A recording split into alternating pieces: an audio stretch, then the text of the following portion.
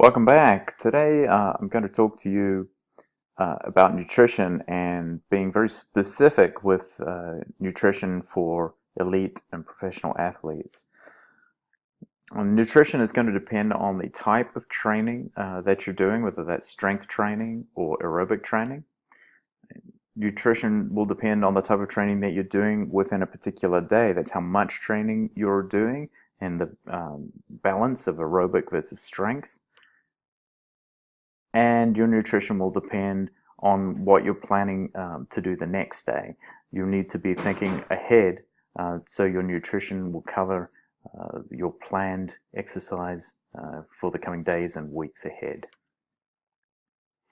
So, regarding specificity in nutrition, you need to be training specifically for your event, so your nutrition must also be specific. Okay, so let's take a look at some sports with extreme energy expenditures. For example, ultra-marathon running, people can use in excess of 13 to 16,000 kilocalories a day. Crossing the Antarctic is 6,000 calories a day. An Ironman triathlon uses approximately 9,000 kilocalories. Long-distance cycling, such as the Tour de France, athletes can be using up to 9,000 kilocalories a day. Also, cross-country skiing is very calorie demanding, and these athletes need to take in very high kilocalorie amounts throughout the day to support their training. Now, there are also demands placed on athletes that are in extreme strength and extreme speed sports. Things like NFL players need extreme strength. Sprinters need both extreme strength and speed. And these require specific nutritional diets as well. Let's start with pre-workout nutrition. Pre-workout nutrition should include a complex variety of micronutrients, minerals, and phytochemicals. Things like fruits and vegetables, whole grains, fiber, prebiotic fibers, and probiotics to support your gastrointestinal system. Nutrients and minerals. Here's an example of some pre-workout nutrition. You could have fruits on a whole grain cereal, such as these all bran buds, with yogurt, such as this probiotic kefir yogurt. You can see here, if we look at the vitamin and mineral list for these all bran buds, that there is a significant contribution to the daily value in a large variety of vitamins and minerals, and this will support your athlete's workouts throughout the day. So you're kind of looking for foods like this. This is just an example. Also supporting your athlete with prebiotic fiber and probiotic microorganisms, such as found in kefir, can boost the immune system and keep your athlete well and keep their immune system strong. It's important that athletes pre-workout eat around 1 to 2 grams of carbohydrate per kilogram of body weight, and that should be 1 to 2 hours before their workout. Now, on race day, your athletes will need to consume low fiber foods. These high fiber foods are just for training days. Included in your pre-workout nutrition plan should be pre-workout hydration. You need to drink 500 ml of fluids in the 1 to 2 hours prior to working out. One of the sources of those fluids, and an ideal thing to complement pre-workout nutrition, is a couple of cups of coffee, because 100 to 200 milligrams of caffeine, approximately 2 cups of coffee, has been shown to support neuromuscular strength and endurance, and that will help with training and racing. Okay, let's move on to workout nutrition. First of all, let's discuss hydration. It's incredibly important for athletes to hydrate during their workouts. During different types of workouts, athletes can lose large volumes of liquids via sweat. Working out with cardio equipment, sweat rates have been measured on averaging around 800 mils an hour. Weight training about 600 mils an hour. Kickboxing up to 900 mils an hour. Step aerobics and cycling, 800 milliliters per hour. Yoga less, but hot yoga, of course, the athlete's going to use a vast lose a vast amount of sweat in high temperatures. So it's important to note that athletes vary widely in sweat rates, and this differs greatly from person to person, so you need to personalize each athlete's hydration strategy. The way to do this is to measure the weight loss of an athlete from a typical workout and to replace the majority of that weight during their workouts by drinking every 15 to 20 minutes. Now, it's okay for an athlete to lose up to 3% of their body weight during a workout, but more than that will start to compromise their workouts and their recovery. So, in general, most athletes will require between 500 and 800 mils of liquids per hour, although the American College of Sports Medicine notes that this should be personalized for each athlete. If you don't know what your sweat rate is, start with 500 mils of liquids per hour, but not more than 800 mils per hour. Okay, regarding carbohydrates, it's important to take in carbohydrates during long workouts. That would be workouts of longer than 40 minutes. The human body can metabolize between 60 and 90 grams of carbohydrates per hour. Exceeding these intakes is not recommended because it can lead to gastrointestinal distress. So the question is, how should you take in those carbohydrates? Should you take in gels or bars or drinks? Well, studies have been done, and in fact there's no difference between taking carbohydrates via liquids or carbohydrates in gels or bar form. So you can choose to take in carbohydrates in whichever form you like. Now let's look at carbohydrate blends. With a placebo in this experiment, a cyclist cycled a 1 hour time trial in 67 minutes. They went faster using glucose and faster still when using a mixture of glucose and fructose during their 1 hour time trial.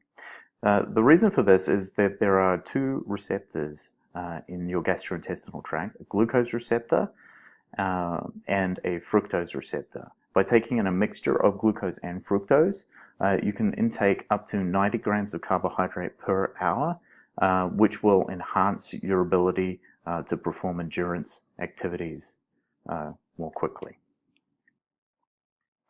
Okay.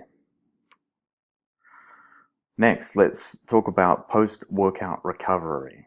There are really 4 key areas you want to concentrate on for post-workout recovery. The first thing you need to do after a hard and long workout is to restore muscle glycogen through consuming carbohydrates. The next thing you need to do is restore fluid levels through hydration. And lastly, you want to think about reducing soreness by consuming antioxidants, things like tart cherry juice, and other nutrients. And finally, you need to take in protein to help rebuild damaged muscles and improve muscle synthesis. Let's look at post-workout hydration. With post-workout hydration, here's a hydration index.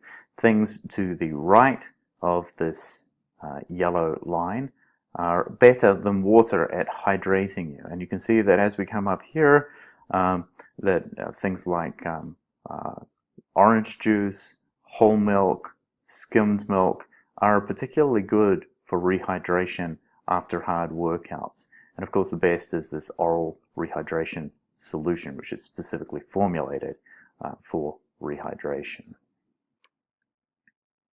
How much protein do you need after a workout? That depends a little bit on what kind of workout you're doing. If you're working with weight training, large muscle mass, large muscle groups, it's maybe necessary to take as much as 40 grams of protein directly after your workout. For endurance athletes with smaller muscle mass and smaller requirements for protein, around 20 grams of protein post-workout is essentially enough. Athletes who are looking to strengthen muscle groups and masters athletes should also consider taking 20 to 40 grams of protein just before they go to sleep at night. Here we go. Post-workout recovery, aim for 20 to 25 grams of protein. More if you're working with heavy weights and large muscle groups. Leucine content is important in the protein. You need to aim for 3 grams of leucine. So you need high quality proteins which contain the essential amino acids, 8 to 10 grams of essential amino acids. And also to support your muscle resynthesis, eating regular meals throughout the day will help. Let's look at protein quality. You can see here protein quality from the left, high protein quality to lower protein quality. Animal sources are higher quality sources of protein than plant protein sources. However, you can, if you're a vegetarian, meet your protein requirements of essential amino acids and leucine by mixing different vegetarian protein sources. Lastly, let's look at muscle glycogen resynthesis. This is essential after your workout. What you need to know is that after a workout, if you delay carbohydrate ingestion up to 2 hours, you can resynthesize only up to this level, which will compromise in the long term your workouts for the next day and the day following. If you immediately ingest carbohydrate, there's a small window of time around 1 hour in which you can ingest carbohydrates and get very high rates of glycogen resynthesis. So by ingesting carbohydrates in the amounts of 1 gram of carbohydrate per kilogram of body weight directly after a hard workout, you can start to maximize your glycogen resynthesis and support heavy workouts for the next workout, either later that day or in the next day. I suggest that athletes replace their workout calories with at least half the calories within 15 minutes of finishing. And those calories would include carbohydrates and protein.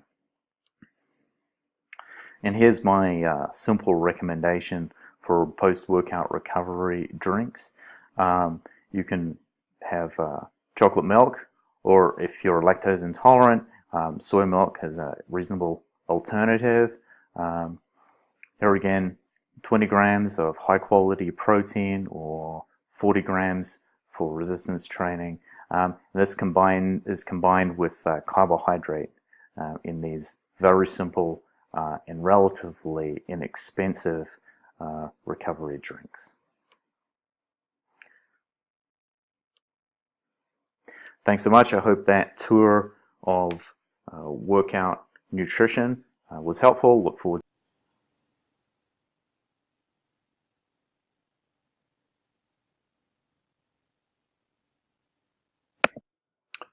This is the references and disclaimer page.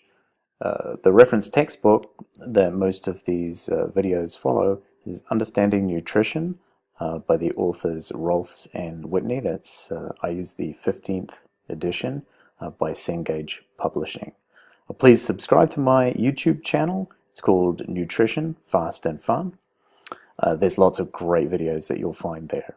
And finally, there's a medical disclaimer. You should read the medical disclaimer to make sure you fully understand your rights and responsibilities. Thank you and have a great day. To speaking to you again soon.